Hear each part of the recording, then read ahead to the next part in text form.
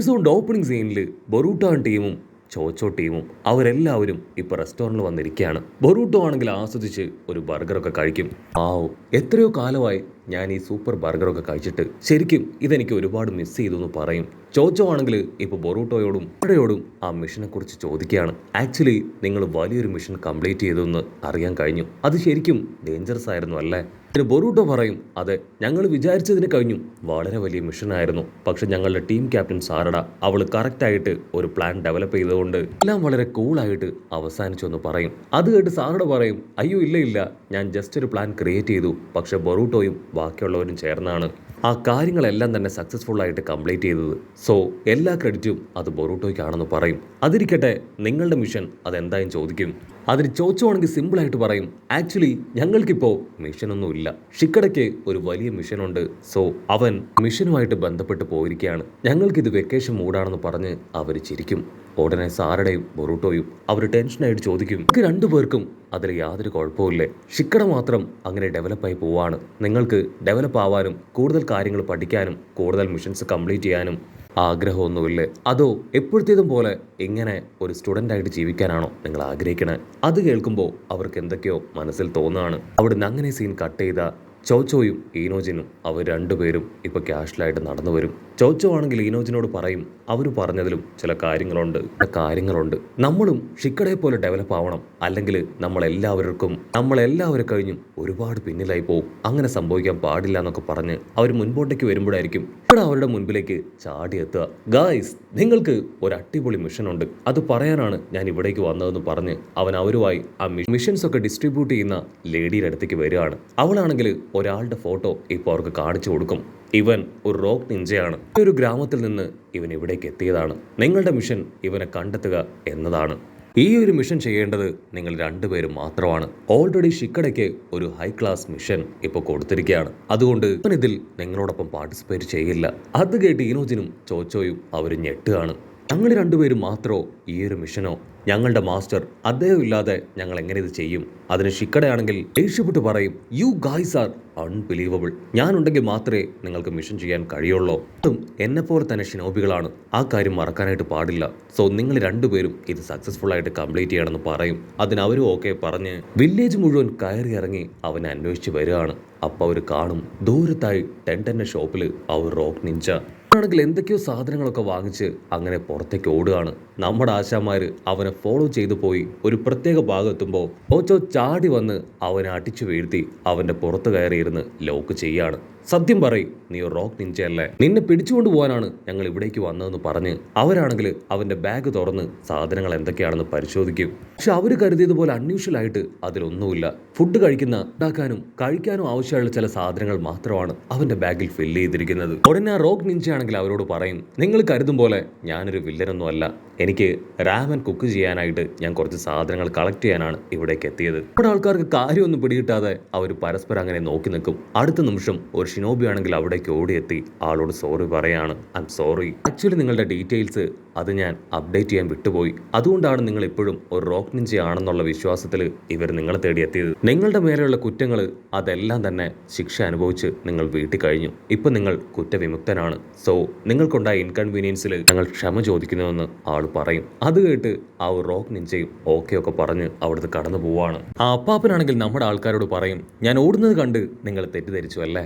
Actually പണ്ട് മുതൽ ഒരാവശ്യമില്ലാതെ ഞാൻ അങ്ങനെ ഓടിക്കൊണ്ടേയിരിക്കും. അതൊരു ശീലമായിപ്പോയി. എന്ത് ചെയ്യാനാ? ഇത് മുഴുവൻ എൻ്റെ ഹോട്ടലിലേക്കുള്ള ടൂൾസ് ആണെന്ന് പറഞ്ഞ് ആ അപ്പാപ്പനാണെങ്കിൽ നമ്മുടെ ആൾക്കാരെയും കൂട്ടി ആളുടെ ഹോട്ടലിലേക്ക് പോവാണ്. മറ്റൊരു ഭാഗത്ത് ഷിക്കടയാണെങ്കിൽ ഒരു വില്ലൻ ടീമിന്റെ പിന്നാലെ ഓടുകയാണ്. ആ ടീമാണെങ്കിൽ ഓടി വന്ന് അപ്പാപ്പനെ ഇടിച്ച് താഴെയിട്ട് അങ്ങനെ കടന്നു പോകും. ആ ടീമിലെ മെയിൻ ആളുടെ കയ്യിലുള്ള എന്തോ ഒരു സ്ക്രോള് അതങ്ങനെ കയ്യിൽ നിന്ന് താഴെ പോവാണ്. ഇവിടെ അപ്പാപ്പനും നമ്മുടെ ആൾക്കാരും അപ്പാപ്പന്റെ ഷോപ്പിലേക്ക് വരും. അവിടെയാണെങ്കിൽ ആരുമില്ല. അപ്പാപ്പനാണെങ്കിൽ നമ്മുടെ ആൾക്കാരോട് പറയും, നാളെ എൻ്റെ കടയെക്കുറിച്ചൊരു ആർട്ടിക്കിൾ തയ്യാറാക്കാൻ ഒരാൾ ഇവിടേക്ക് വരുന്നുണ്ട്. അതുകൊണ്ടാണ് ഞാൻ ഷോപ്പ് ക്ലോസ് ചെയ്ത് പുതുതായിട്ട് എല്ലാ കാര്യങ്ങളും ഇവിടെ സെറ്റ് ചെയ്യുന്നത്.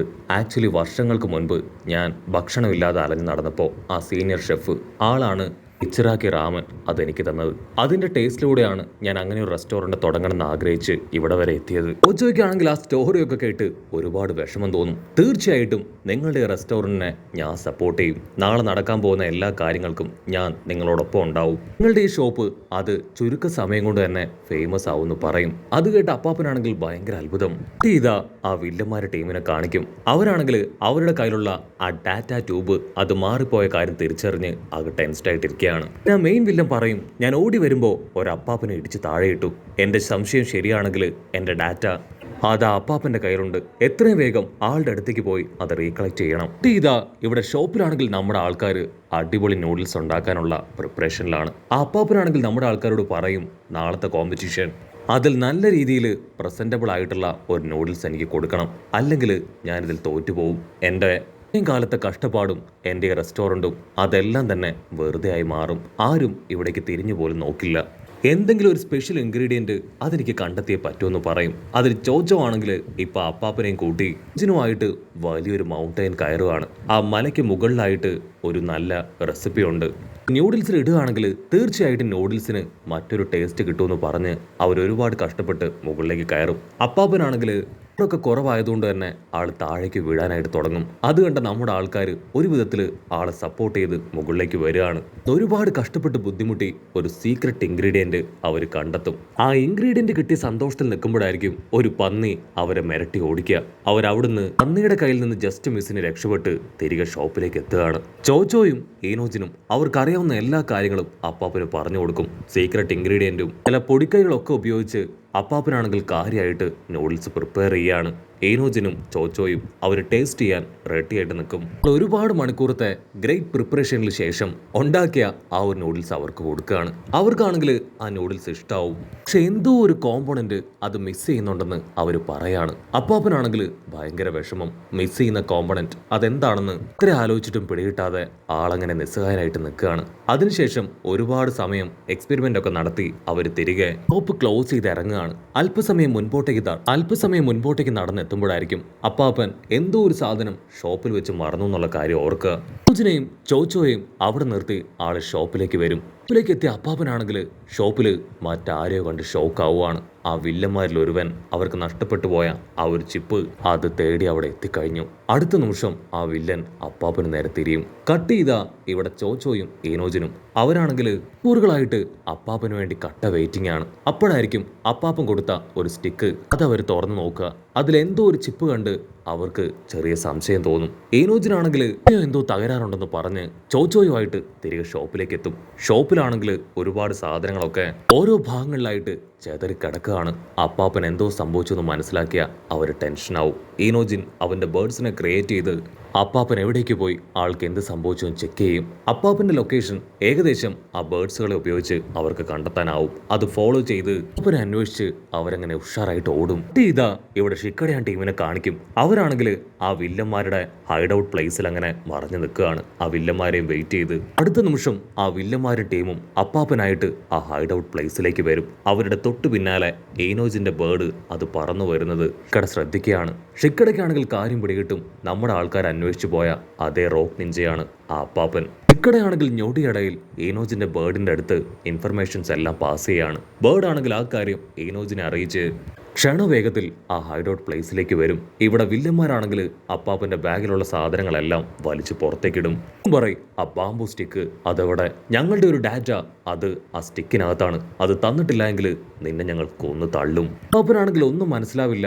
ആളാണെങ്കിൽ അദ്ദേഹത്തിന്റെ ജീവന് വേണ്ടി അവരോട് കെഞ്ചുകയാണ്. അടുത്ത നിമിഷം ഈനോജിനും ടീമും ഷിക്കടയും ടീമും എല്ലാവരും അവിടേക്ക് ചാടി വന്ന് ഇപ്പൊ ആ വില്ലന്മാരുമായിട്ട് പൊരിഞ്ഞ പോരാട്ടം. ഫൈറ്റിനൊടുവിൽ ഈനോജിനും ചോച്ചോയും അപ്പാപ്പനുമായിട്ട് റെസ്റ്റോറൻറ്റിലേക്ക് കടന്നു വരികയാണ്.